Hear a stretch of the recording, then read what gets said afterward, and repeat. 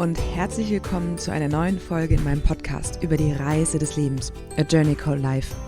Ich bin's wieder, deine Katinka, Coach, Personal Trainer, Ernährungscoach und vor allem auch Wachrüttlerin. Und ich habe diesen Podcast hier ins Leben gerufen, um Menschen wie genau dich dabei zu unterstützen, in ihre Kraft zu kommen, um dann voller Energie, Power und Mut rauszugehen und diese Welt zu einem schöneren Ort für uns alle zu machen. Und wir haben ja dieses Jahr auch schon mit einem wunderschönen Interview gestartet, vor 2 Wochen. Und ich hatte das Riesenglück, tatsächlich mit einer Freundin, die ich vor über einem Jahr in Sri Lanka kennengelernt habe, endlich mal wieder sprechen zu dürfen, uns auszutauschen und ja, ein wundervolles Interview zu machen zum Thema Yoga und Meditation. Ich hatte die Ehre, mit der lieben Monika Odzganova zu sprechen. Ich habe sie tatsächlich vor über einem Jahr in Sri Lanka bei unserem Urlaub im Dezember 2018 kennengelernt. Und wir waren dort in einem Camp und sie war dort freiwillige Yogalehrerin. Also auf Reisen und hat quasi Kost und Logis gegen morgendliche Yogastunden bekommen. Und wir waren ganz froh, weil wir waren 2 Tage dort und dann ist sie auch angekommen und war auch schon angekündigt. Und ja, und hat uns dann jeden Morgen mit ihrer sehr eigenen, liebevollen, klaren Art und Weise begeistert und mitgenommen, eben Yoga zu praktizieren, Yoga uns näher zu bringen, mit uns gemeinsam in die Praxis reinzugehen. Und ja, es war einfach eine wundervolle Begegnung, die wir damals schon hatten, Monika und ich. Und wir waren direkt so auf einer Wellenlänge und haben uns super gut verstanden.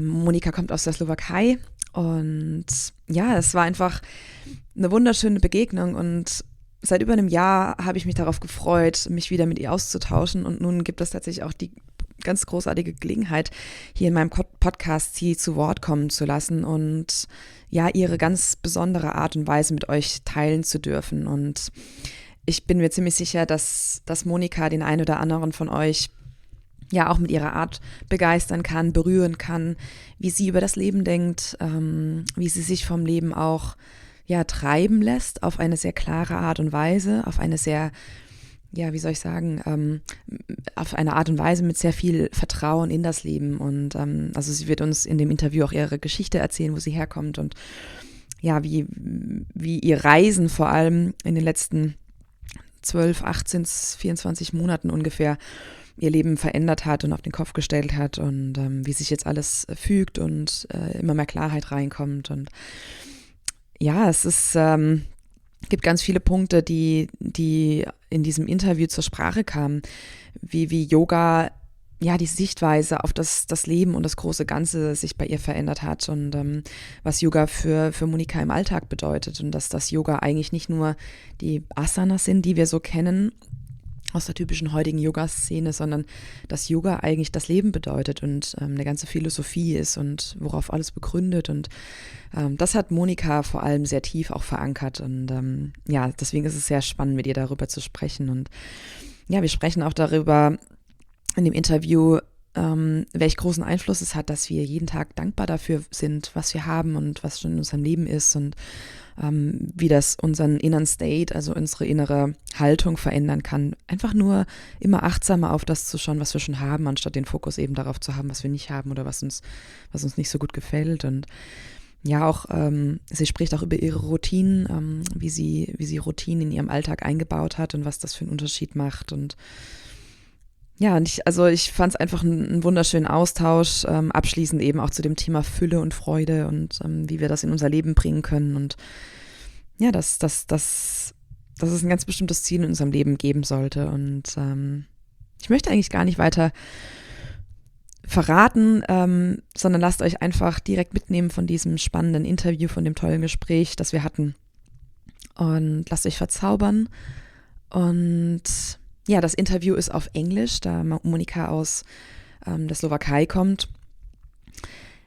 Es gibt keine deutsche Übersetzung. Wir schauen mal, ob wir es auf dem YouTube-Kanal mit deutschen Untertiteln hinbekommen.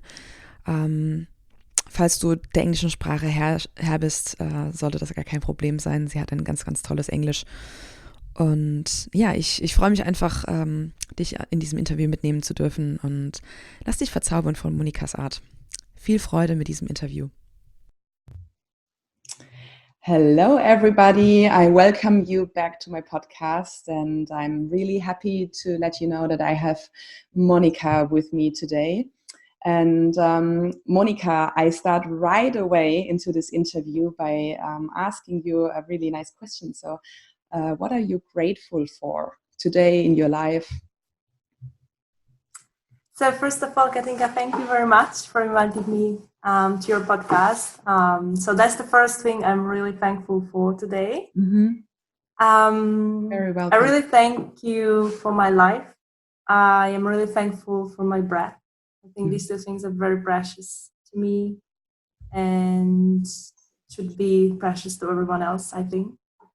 And I'm really thankful for my health, that I have this body and I'm healthy. I can just walk, travel wherever I want. I can do yoga, I can teach yoga. I'm thankful for my family, for my friends. There's just so many things I can go on and go on. But these, I think, are the most important. Yeah, so many things, and it may sound like little things, but that's the probably the big things in life that we can be grateful for. Oh, so nice. Yeah, definitely. So, for all of those who don't know who you are, do you want to let us know just a little bit about you yourself, what you're doing, where you come from? Sure. So, my name is Monika. She already introduced me. I was born and raised in Slovakia. So I lived there for 20 years. And when I reached my 20s, I decided I want to study abroad. So I went to France, and there I completed a master's degree in psychology. And afterwards, I traveled, lived a little bit all over Europe. So I worked for a few years in the business, but then it didn't feel right. And I just left everything and took a one-way ticket a bit more than 1 year ago to India. And that pretty much changed my life. So I became a yoga teacher, a traveling yoga teacher, because I still like traveling. So I was teaching a little bit around Asia, also a little bit around Europe. And more recently, I started to teach meditation as well. And so this is what I love. I love yoga. I love meditation. I love spirituality.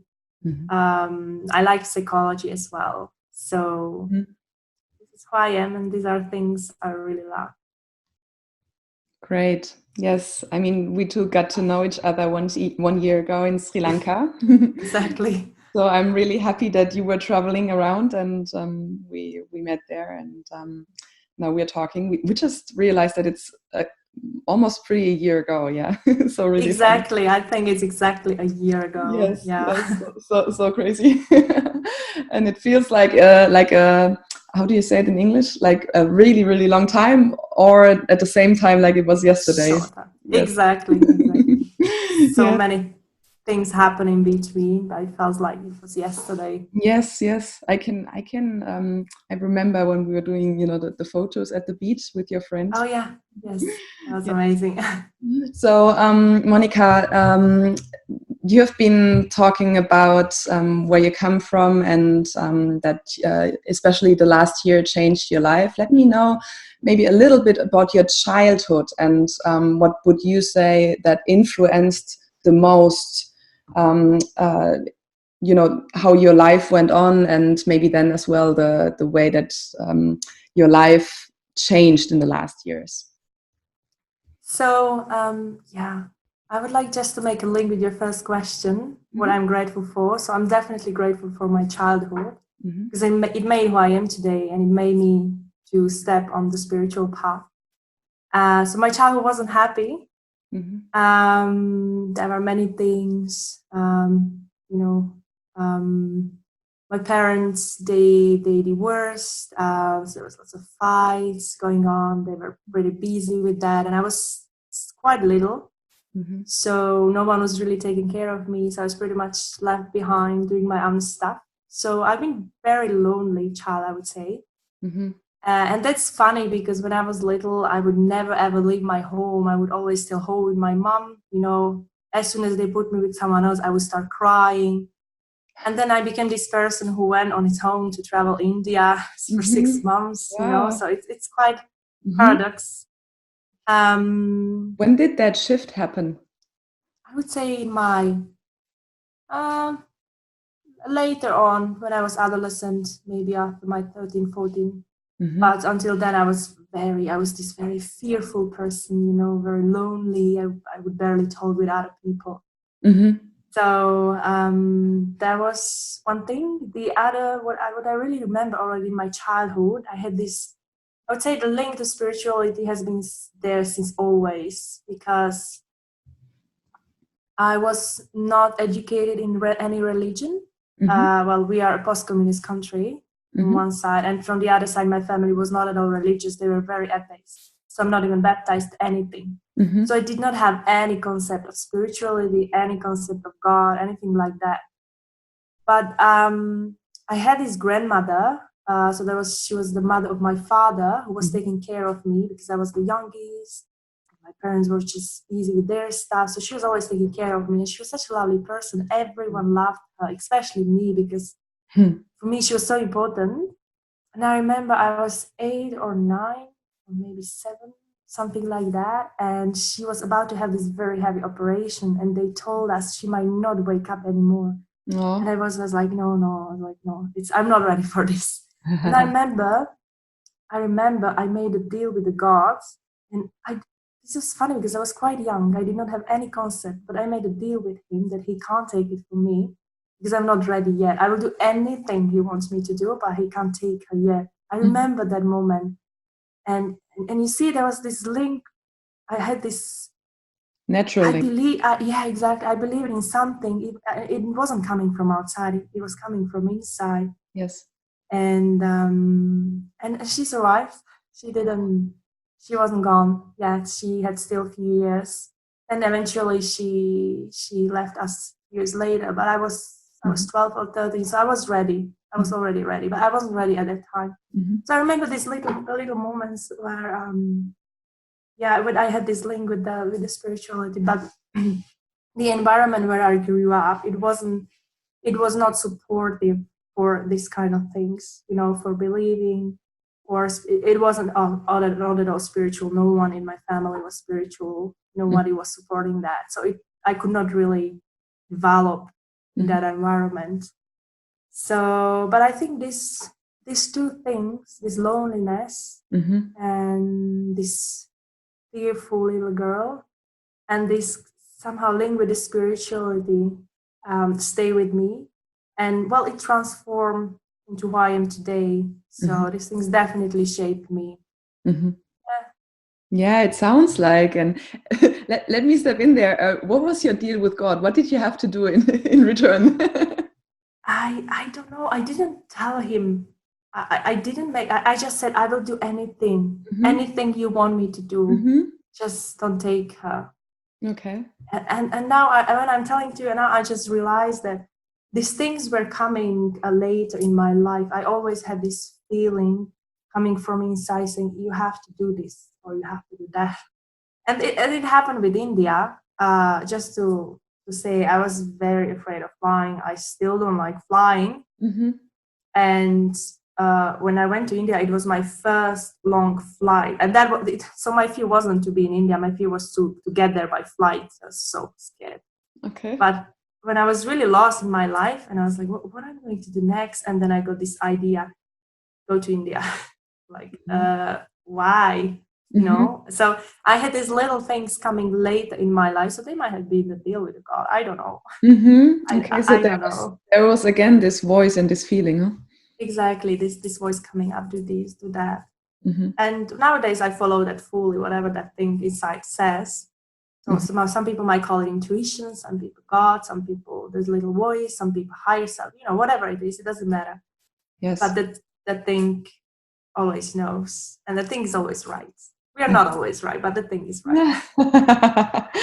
Okay, so it's like it's surrendering to it and trusting. Exactly, just surrender and let go. Yeah, and then crazy things can happen, huh? Exactly. So when would you say that you were already talking about yoga and meditation, and that you're teaching yoga classes? And I had the honor to spend some time with you in your yoga classes in Sri Lanka last year. And so when did yoga and meditation come into your life? When did you get in contact with the whole concepts and stepping into it? And yeah. So the first time I did yoga, I was, I think, 12 or 13. I used to play volleyball, and our coach, who was actually my uncle, he decided that we won't have a training, we'll have a yoga class. So he brought a yoga teacher and we had a yoga class. That was my first experience. Okay. I can't remember what was the feeling, but I remember a few years later, I went to my uncle and I asked him, I want to do more yoga. And he said, go to a library, get some books. Because there were no classes available at all at the time. That was 15 years ago, a bit more. There was no classes in my town. So I got some books, but I'm not somehow who can just read and then do practice. I rather listen or follow someone. So that didn't really fit me. So then later, when I was 19, I was at the university already. And then there was one guy, he wasn't a teacher, he was just doing yoga and we just did with him. And I remember that feeling, it felt so great. And we were so tired before, and after I felt so much energy. It's like, wow, what was that? I want to do more of it. But then I moved to France. I was studying, busy with the studies, and there was already yoga available, but it was very expensive. I could not afford it as a student. So again, not happening. But then slowly, it was coming more and more into my life. And when I was 24, I was in Spain. It's such a funny story. I was in Spain. I was walking on the street, and there was this very old lady, and she had this little table with the tarot cards, and there was a full moon. So it was like 9 or 10 p.m. Full moon, and I saw her. I'd never done this before, but when I saw, I was like, I want to talk to her. So I went, and at that time I had a boyfriend, and I just wanted to know what's gonna be with him, etc. So I asked about him. But she was all the time turning attention to something else. And she told me, you have to do yoga and you will go and the mountains. And she was talking about some mountains, like my Spanish wasn't that good. But I understood what she was saying. And I remember she was insisting on yoga and she was insisting on me going to the mountains. So that stayed in my mind. That was 6 years ago. It stayed in my mind. And yeah, nowadays I'm a yoga teacher and I spent some time in Himalayas. While in 24, I was not even practicing. So yeah, so there was like kind of like that little voice. This time it didn't came from inside, it came from someone else. But it still pointed me to the direction. So it was still pointing me to the yoga direction. And slowly, I started to practice more. And I would say past 4 years, I practice really regularly. So you started doing yoga with a teacher in a class? Yes. I was doing like some online because some YouTube videos were already available. I started to do some online, but it's not same. So then I started to do, when actually I finished my studies about 5 years ago and started to work and having proper salary. And then yoga came into my life. And it just became so present, more present, and omnipresent, and it just changed everything. Okay. So when you're talking about yoga, what does yoga mean for you? What is yoga for you? That's a very good question. For me, it means everything. I think it's the biggest gift we got from the universe. It has been there since always. I don't know how to call it because it's not philosophy, it's not religion, it's any of these. It's just the way you live your life, the way you understand the life, the way you connect with the life, with others. So for me, it's really, I try to follow the yogic path. It's not 100%, but as much as I can, my best.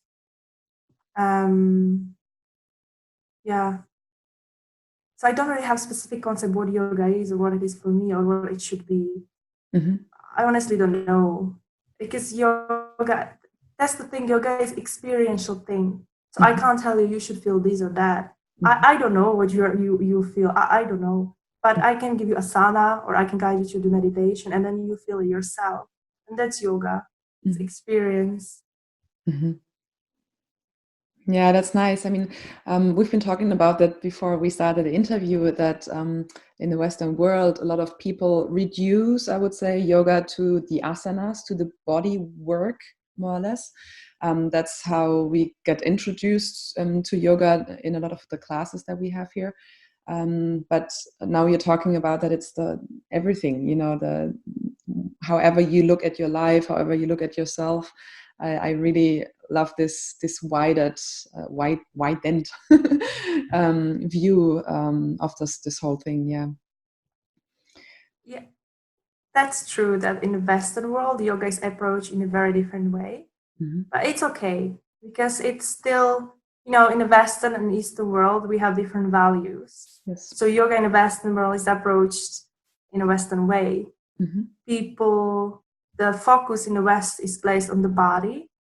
And that's where we come to a yoga class somewhere in the West. That's where the focus is placed on the body, which reduces the practice of yoga, because that's not yoga. It's just a asana practice. And as long as your awareness is gone, you're not practicing yoga anymore. It's just some kind of workout. But it's okay. It's okay. I see people coming to yoga class, and they come for different reasons, and it's perfectly fine. Because many people feel, you know, it starts with that feeling. They feel there is something changed. I feel better. Why? I want to know more, you know, and it starts from there. And the awareness starts raising more, you practice more. So it's okay. It doesn't matter the reason why you come. It doesn't matter how yoga is conducted. As long as you do your practice, that's what matters. That's what I believe. Yes, nice. So how or in which way would you say did yoga and or meditation change your life when you said it's the last 5-6 years? So how did it change your life? I changed everything. Okay, full stop. It just changed the way I see the life, the way I approach life. But I would say that the biggest gift was that I started to love myself, really. I think that's just so important, to love yourself. Everything starts from there. And it doesn't matter if you do yoga, meditation, whatever you do, whatever practice you do, it doesn't matter. You know, whatever leads to the self-love, I think it's so important. So it really changed the way I see myself. And when you change the way you see yourself, then you change the way you see others and you see the world. So it always starts with yourself. So it really, yoga and meditation really put my focus from the outside world to myself. And that was the main change. So I would say yoga is very much inward journey. It's not happening out there. It's happening in. Yes. And then once this change is made, then it starts reflected around us. And then people see it, people feel it. You know, they are curious, what happened to you? Yes. Why are you smiling? Why are you so happy? Yes. And then yeah, they get intrigued, you know, they want to try it as well. And that's the change that starts happening around you. But you have to start with yourself. So this way it changed me profoundly. And from outside, I literally left everything. So as I said, I was working in the business. And it was all right. But it was more like because there was just natural, you know, natural, how to say, the way, like everyone does this, right? You finish your studies, you go to work, and you have your career, and then you are just trapped in the system. It felt like, oh my God, really? Do I have to do this until the end of my life? I'm not happy. Yeah, so you start to ask yourself questions. And then when I went first time to India, that was almost 2 years ago, I did my first teacher's training, and that already changed something inside. When I came back, I was like, no, I'm not gonna spend my life in the office. It's not the place for me. So it took me a few months to organize everything, but eventually I left everything, literally everything, my job, apartment, my all material belongings. And yeah, I bought a one-way ticket to India, and then and that changed everything. I was so scared. So I was like, oh my God, like I have no idea what I'm going to do and what will happen. And that's been a year ago. And now just, because I trusted and I surrendered and I let go, everything just perfectly aligned and always on time. Really, there were moments I didn't know nothing, where I will sleep, what I will do, but then I didn't have to know it, because when I needed to know, then it always, always someone came or someone pointed you somewhere, or just everything just always happened and on time.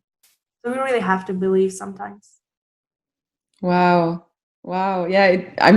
It literally revolutionized your life. Exactly. It completely changed the wind of my life. Completely.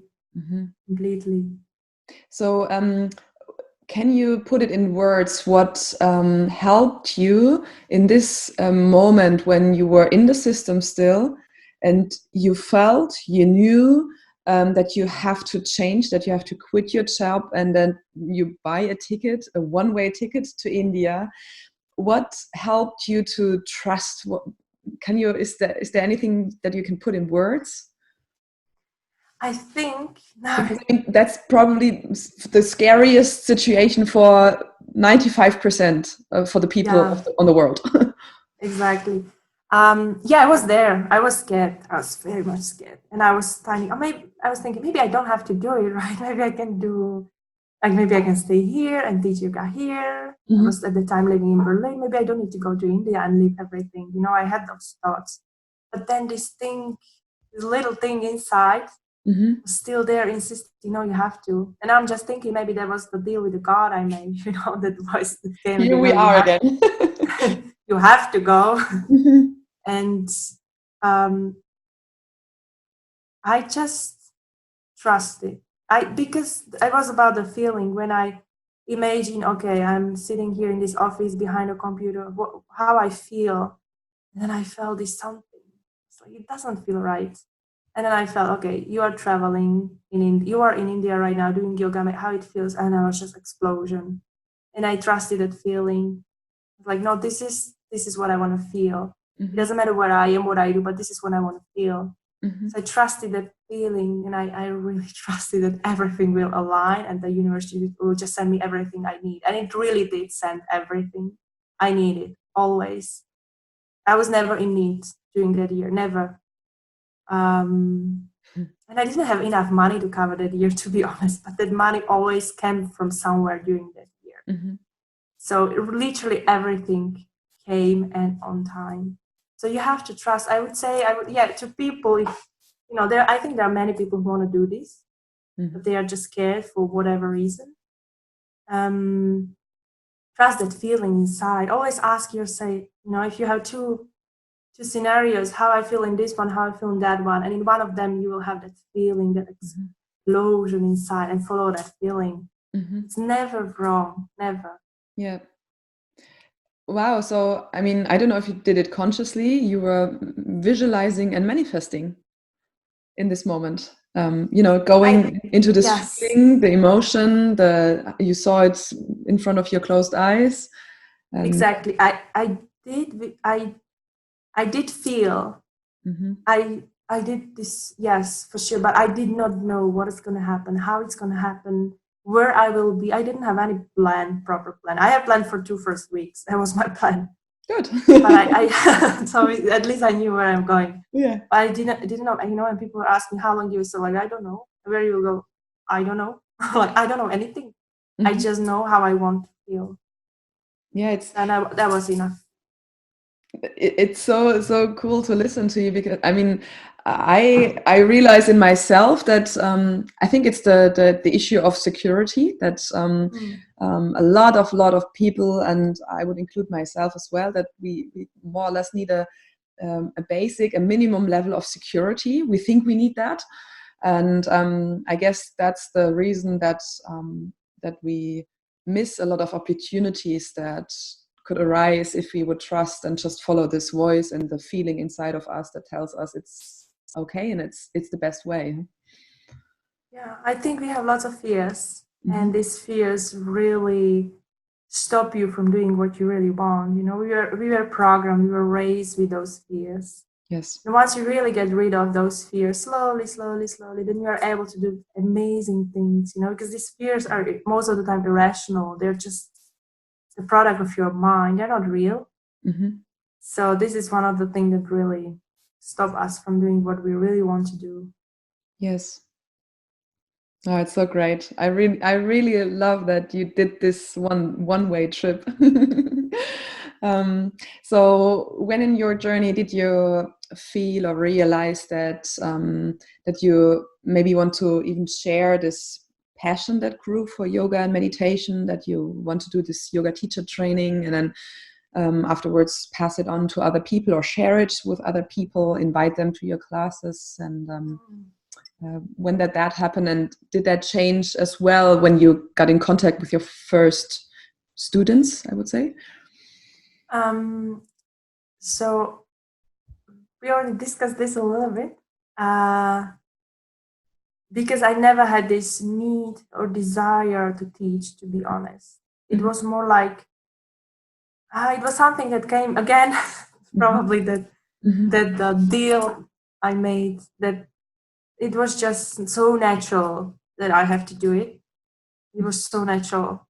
And I was already teaching even before I did my certification. I remember I was working for a startup in Berlin and in a co-working space. I was like, oh, this is a great place. Maybe I can start teaching people here. So I did. And that was even a year before I was officially a teacher. So it started there. And then I liked that. Yeah, I enjoyed that. So then I went to India and did my proper certificate. And when I came back to Berlin, I didn't plan to teach right away, but it happened. And I started to teach in a studio. And it was from there, it was just happening all the time. There was always opportunity to teach here and there. And yeah, it was, you know, it wasn't something I planned or something I wished. It's just naturally happening. Just everything was always leading me that way. But of course, you have to do your own practice first. You have to have some experience that you are able to share. I was also thinking that maybe I am too young. I have been practicing just for a few years. Maybe it's too early. You know, there was again this little voice, these fears. But I think you always have things to share. You know, you have to start somewhere. Yes. And I'm still learning. I would not even call myself a yoga teacher. I teach yoga. I love that. But I'm also a yoga student. I still learn. And I share whatever was transmitted to me, whatever I experienced, I share that with others. Yes. I mean, I think that's the best way. Whatever you feel and experience and learn in your life is the authentic way to pass it on. Yes. You were just talking about that you have to do your own practice before you pass it on, or in order to pass it on. Do you want to talk about your practice? So what is your daily routine? What do you really love? What do you integrate in your life that, I don't know, supports you, enables you to do stuff? What is the Monika routine? I think this is so important, daily practice. So I would say I usually do my practice early in the morning. So I wake up around 6, well, depending where I am, what are conditions, because I travel, so it's not always possible. It's not possible in the morning, I will do it in the evening. But I try to do it with the sunrise or sunset. So I usually do pranayama, which is like a breathing exercise, just to connect with my breath. So once you can control your breath, I think you can control anything in your life. So this is very important part of my practice. Then I do asana practice, depending on the day, how I feel. Yeah, when I want to work on, I do something more dynamic or more gentle. And then always meditation, always. And then meditation, it changes. Again, I usually do how I feel. So sometimes I meditate with mantras. More recently, I would say I use lots of mantras because it just brings you to a certain state. And yeah, it really helped me to get into the meditative state easily. So meditation, and then always a gratitude. Always, every day. What did you say? Gratitude. I understood regret. No regret. There is no regret. Gratitude every single day, because when you are in this state of gratefulness, you are already creating that. Whatever you're grateful for, you're creating abundance. Yeah. So I don't wish, I'm grateful. Mm-hmm. I rather change the focus from wishing to being grateful for. And the practice is just so important. It really brings you to a certain state of mind and just set your mind for the day. Mm-hmm. So for me, this is the number one. And I would say, whatever is your practice, it doesn't matter if it's religion, if it's prayer, whatever it is, just do it every single day. Never skip it, never. I've been talking to a lot of people, and a lot of people are struggling to say, well, I don't have the time, I don't feel comfortable meditating. There's a lot of problems, issues, challenges that people connect with that. So what would your advice be if people want to start, if they want to try out and to find their routine to integrate in the morning or in the evening? I think because I was in the same case, I think there is something missing. Intention or the values. They have to shift values. What's your value? Is it to wake up? Is it to have a longer sleep in the morning and then just, run to work and just, spend your day in a rush? Or is it to set your mind for a good day? It depends. What's your value? Like, where is your focus? So maybe shift. I would say intention is whatever you do with intention. If you wake up in the morning, you do your prayer, but you don't know why you are doing it, you better don't do it. That's what I feel like, really. Mm-hmm. Put an intention. Okay, wake up in the morning, I'm going to do my prayer or my meditation. Why I do it? And once you put that intention there, it's easier to create a space for it. It's easier to do it. And then it's, it just becomes the part of your daily routine. But I think if we do things without being aware why, there's no point to do them. So maybe create kind of awareness about it. That's maybe the most important. And then it will follow. Practice will. I think the practice itself is not a problem. It's the reason why we do it. Mm-hmm. Once you know why you do it, then you will do it if it matters to you. So then that's the other thing. What I said, the values. What are your values? It's really just to spend your life in the work, and there will never be time for a meditation. But if it's to spend your life in the work and be happy, then you will probably create a space for the meditation, because the meditation will eventually bring that happiness if you are not happy in your work. Or it's just an example. Yeah, it's so important what you say, and it really, I can think about my work and my clients, and you can transfer that to the whole life. Whatever you do it with a purpose. Do it with intention. Exactly. Yeah, if you don't have a why, there's no drive behind it, huh? Exactly. And that's what we do. We do things, but we don't know why. We just do them. We're so trapped in our mind. We're just being controlled. Whatever mind says, we just do it. We don't think about it. Yeah. But no, just stop, think, why I'm doing this? Why? And we do so many useless things in a day, without any purpose, any intentions, such a waste of the time. Yeah. So bring intention to whatever you do. Yeah. So it just comes to my mind, would you say that this helps to raise your consciousness, and the vice versa, the consciousness as well helps then to increase the why? Probably that's... The consciousness, helps to increase what? Once we start thinking, English is once we start thinking about why we do stuff, our consciousness rises. Huh? We have more consciousness about our doing, our thinking, our intention. And once our consciousness rises, we think more about the why, I guess. Yeah. That's the nice circle that comes up. Yeah. Exactly. What would you say? I mean, you bought a ticket one way to India. First part of the question, why India? And then second, what you say? I mean, you could find all of this being at home as well, because we have been talking about that everything is in us, not around us. But what was your calling India, and then the traveling? How did that influence you and change you? I mean, the people that you met, maybe the environment that you saw, the nature, the country, the energy. And so first thing, I think India is a very special place. I think there's no other land like India in the world. Very special. Mm-hmm. And for me, being home is not challenging enough. Mm-hmm. So I would not grow. I needed to grow. Okay. That's why I was sent to India. Of course, scared, you said. Huh? Yes. Mm-hmm. Yeah, I had to take that flight and just be there on my own. As a woman in India, it's not always easy. Let's be honest. Mm-hmm. And it's dirty and I hate dirt. So everything I didn't like was in India. I had to go, mm-hmm. which doesn't mean everyone has to go to change. No, I don't believe that. I think you can stay all your life in one place and just go through the same process. It really depends where you are in your path.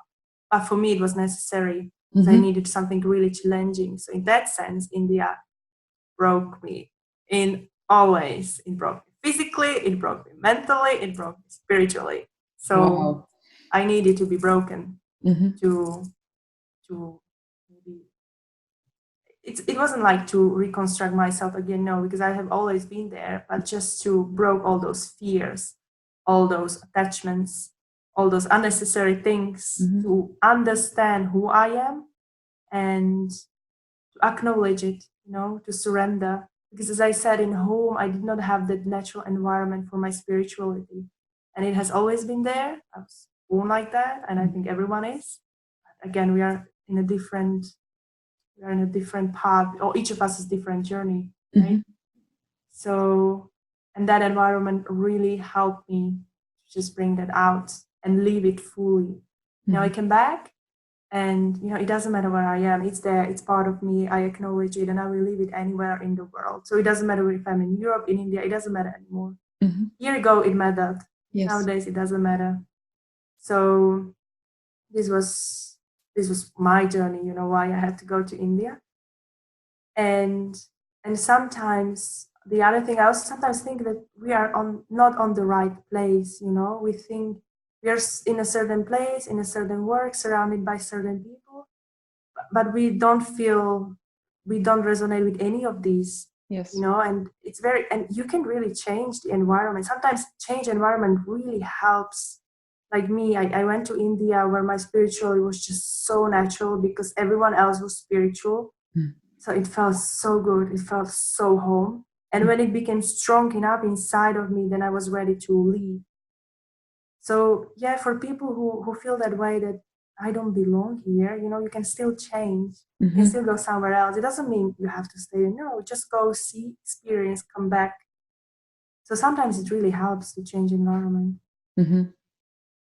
Yeah, did it answer your question? Yes.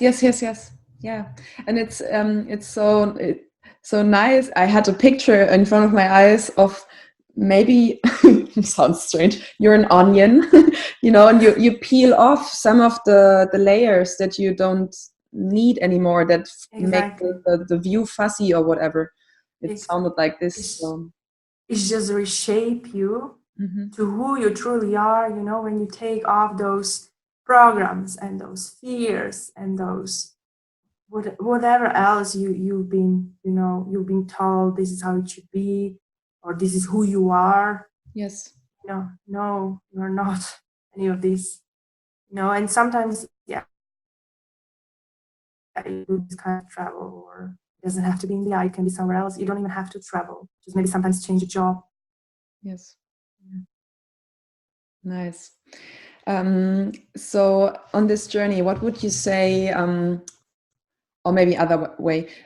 We have this word of consciousness, and we use that in certain ways. And I use that for my podcast as well, to say that consciousness kind of is the essence of our life, or maybe we are consciousness. You hear that as well often.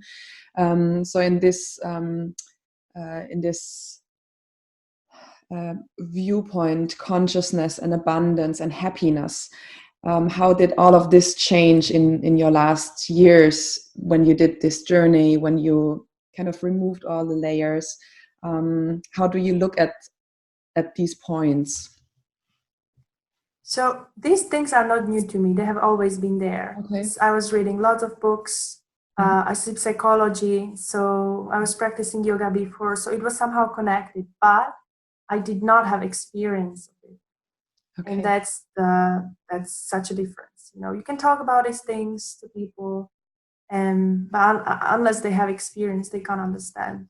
Mm-hmm. I think you have to go through something to be able to understand what's consciousness, what's happiness, what's abundance. Mm-hmm. So that's why I believe the practice of whatever it is just so important, because it raises consciousness. You know, I've seen people in Bali, they have this very ancient, they do this, I think it's from ancient times, they do these ceremonies every single day, several times a day. They do offerings to gods for health, for abundance, whatever. They do it, they don't know why. You know, there is no consciousness, but they do it. Mm-hmm. And as soon as you do it, it already raises your consciousness. Mm-hmm. It puts you to a certain state of mind. So it can be from both ways. You either do things consciously, or there is no consciousness, you do them and it will bring consciousness. Mm-hmm. So I would say to people who don't have experience, just do your practice, whatever, and slowly the consciousness start raising. For me, it was the other way. Mm-hmm. I was just, what is this? I want to know more. Mm-hmm. So I had the concept, I did not have experience. Mm-hmm. And then the last year, I experienced just so many things that it slowly started to raise, you know, this concept, this experience. So it slowly started to make sense. And then everything else comes, as you say, deeper happiness. I think happiness is just side products of something. Mm-hmm. You know, if you do job you hate, well, you will not be happy. Yeah. So if you do job you love, you will be happy, because the happiness is just side products of what you do. Mm-hmm. So, and what you do, it can be anything. It can be things you love, people, spend time with people you love, you know. Yeah, so it doesn't matter what you do, but do what you love.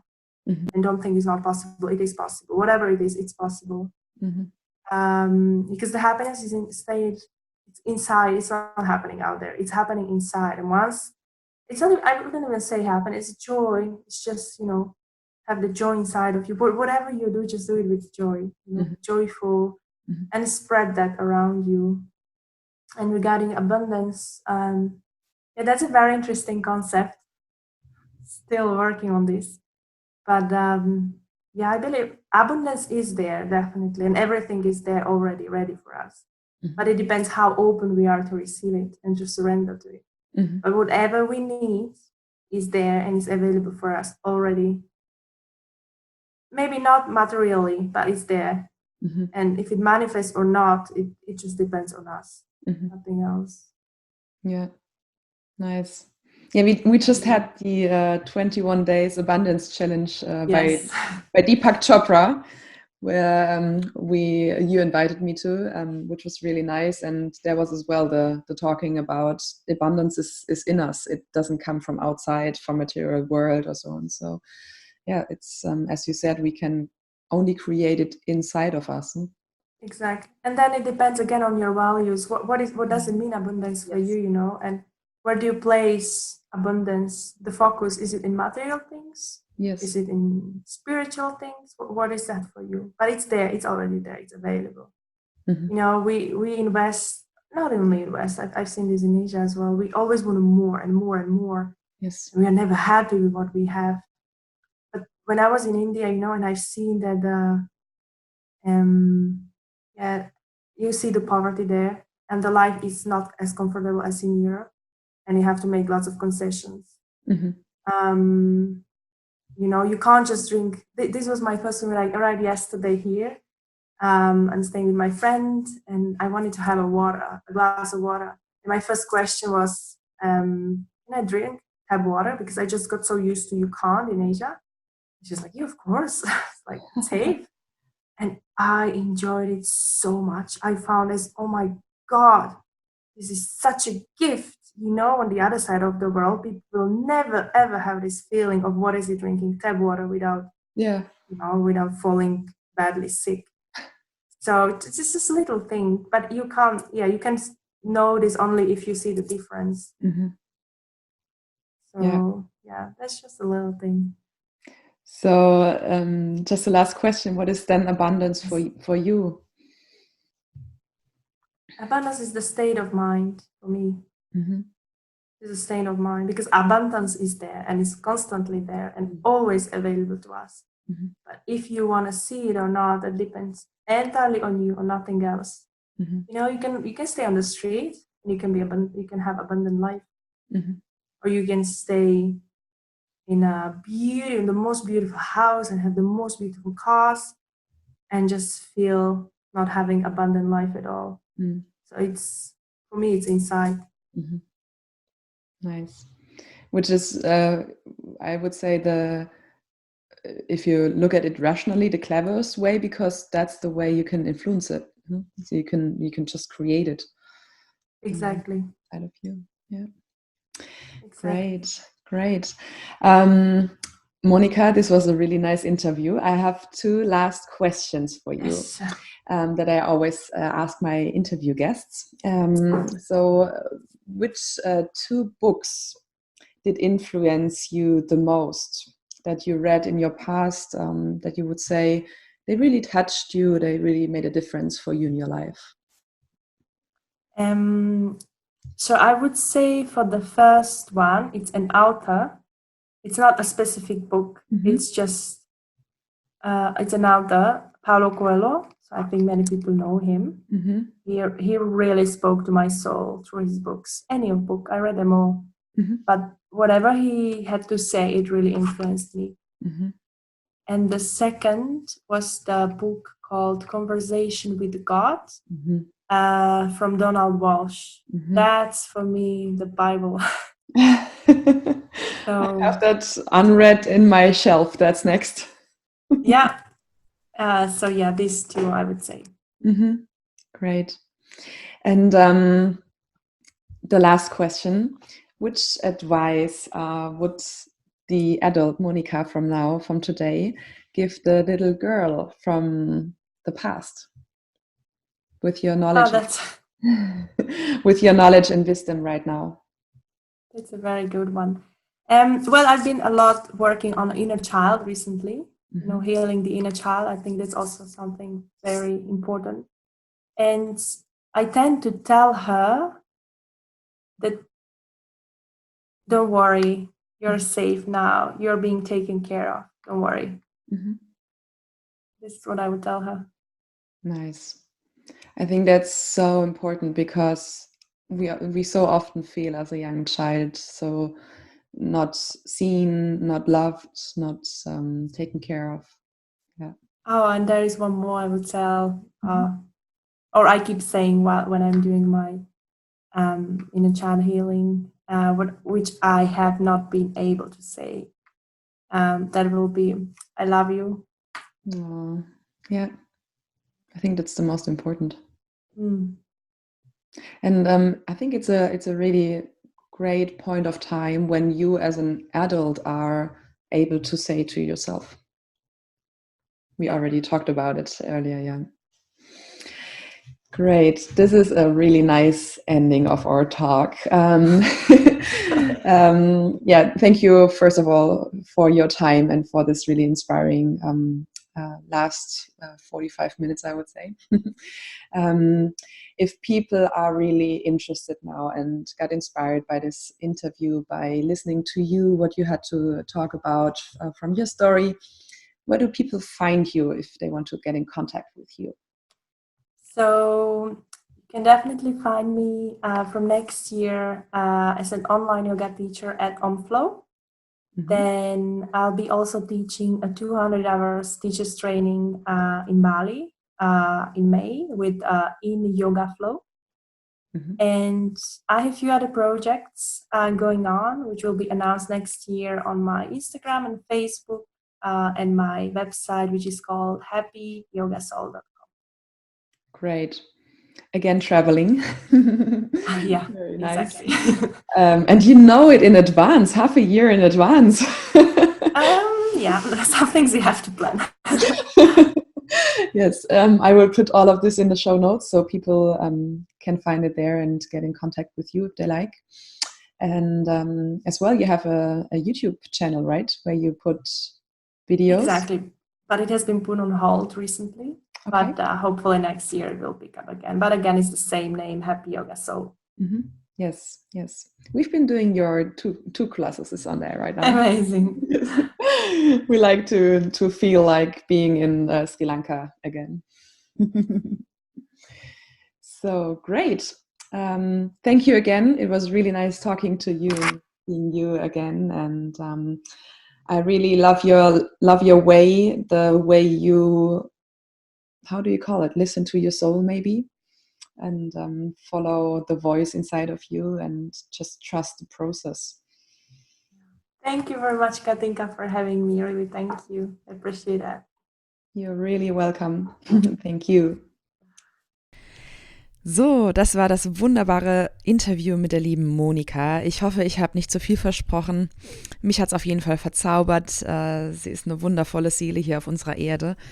Und ich glaube, Monika wird auch noch viel verändern hier auf diesem Planeten, Menschen berühren. Und ja, ich freue mich zu sehen, wie sie Yoga einfach raus in die Welt trägt und mit so einer Leichtigkeit und liebevollen Art den Menschen näher bringt und auch mir damals näher gebracht hat.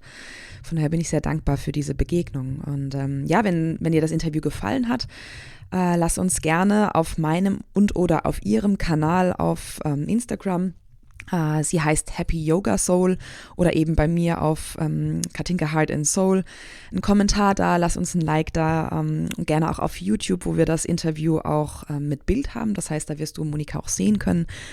Schau da auch gerne rein. Lass uns einen Kommentar da, gerne auch auf Englisch, dann versteht sie es auch. Und wenn dir die Folge gefallen hat und auch all die anderen Folgen hier helfen in meinem Podcast, lass mir super, super gerne auch auf iTunes eine Bewertung da. Das ist, da bin ich sehr, sehr dankbar drum, denn diese iTunes-Bewertungen helfen, dass dieser Podcast einfach hochgeratet wird. Und da bin ich so ein bisschen abhängig davon, wie gut euch tatsächlich auch dieser Podcast gefällt. Und wenn er euch gefällt, lasst mir auf jeden Fall 5 Sterne da, eine tolle Rezension. Ich freue mich da super drüber, und das motiviert einfach auch weiterzumachen. Und lasst mir gerne auf meinem Instagram-Account auch gerne Anregungen, Feedback, Kritiken da, sodass ich weiß, was euch gefällt, was für ein Thema du dir vielleicht auch wünschst, worüber du dir immer mal wieder Gedanken machst, vielleicht auch zu dem Thema Yoga oder auch ein anderes zum Thema Persönlichkeitsentwicklung. Spiritualität, bewussterer Umgang im alltäglichen Leben, Veganismus, all das sind die Themen, die wir hier in dem Podcast uns anschauen und drüber sprechen. Ich freue mich einfach auf den Austausch mit dir, und für heute bleibt mir einfach nur zu sagen, ich wünsche dir ganz, ganz viel Freude, Spaß und Mut in diesem neuen Jahr nochmal, einen wundervollen Start ins Jahr 2020. Dieses Interview dürfte den einen oder anderen auch nochmal beflügelt haben, vielleicht auch mit Yoga anzufangen. Und ja, ich wünsche dir alles Liebe, start wandering and growing, und bis zum nächsten Mal. Deine Katinka.